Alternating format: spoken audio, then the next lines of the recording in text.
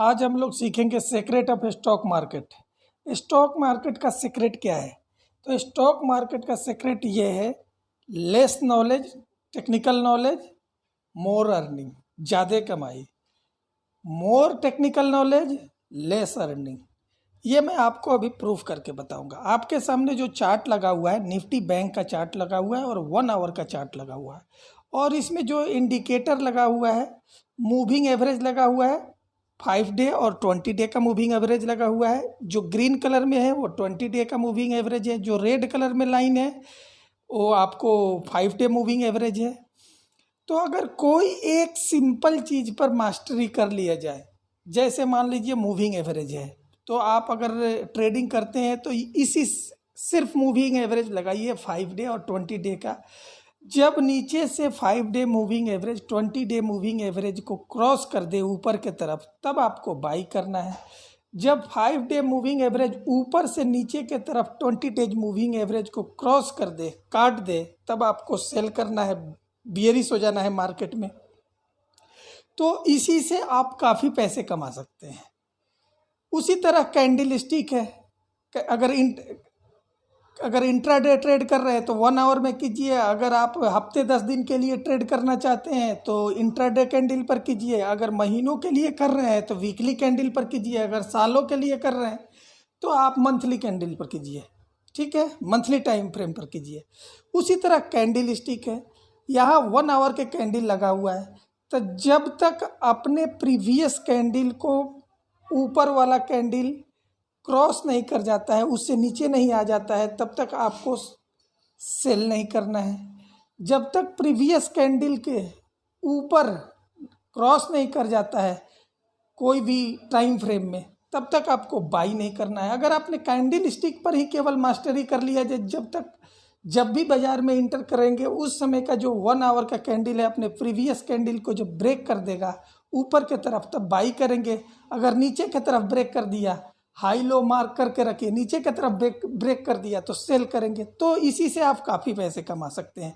अब इसी में इंट्राडे के लिए करना चाहते हैं तो 15 मिनट का कैंडल या 1 घंटा का कैंडल। अगर हफ्तों के लिए करना चाहते हैं तो इंट्राडे कैंडल। अगर महीनों के लिए करना चाहते हैं तो वीकली कैंडल। अगर सालों के लिए करना चाहते हैं इन्वेस्ट तो आपको मंथली कैंडल देखना होगा। उसी तरह RSI है।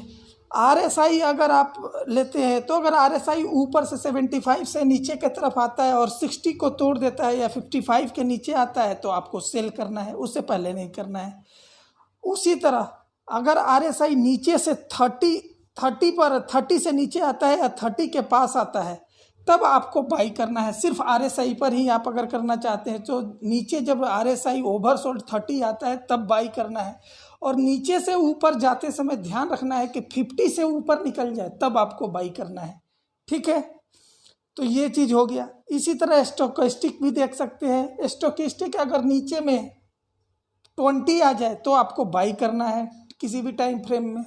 अगर ऊपर में 70 से ऊपर चले जाए या 70 से ऊपर चला जाए स्टोकेस्टिक, तब आपको बाई करना है, यानी कि अप ट्रेंड में रहना है।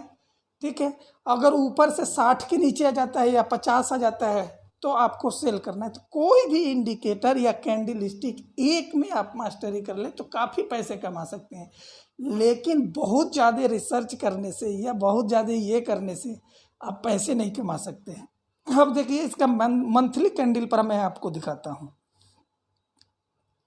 ये मंथली कैंडल है। यहाँ देख लीजिए, जो कोरोना काल में बैंक निफ्टी जो लो बनाया है, वो बैंक निफ्टी लगभग 17,000 कुछ का लो बनाया है। उस समय का जो RSI है ये भी देख लेते हैं। उस समय के RSI भी 30 के आसपास है उस समय। तो वहाँ पर जो बाई किया है काफ़ी पैसा कमाया कोरोना में।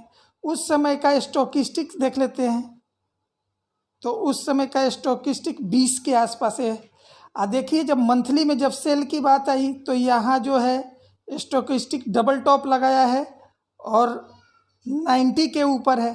यहाँ जो सेल किया काफ़ी पे, आप भी देख लीजिए मंथली चार्ट पर अगर RSI 55 है, बड़ी गिरावट जो है यहीं पर होगी और ऊपर का 5 day moving average 20 day moving average को क्रॉस करने वाला है, तो बड़ी गिरावट अब शुरू होगी।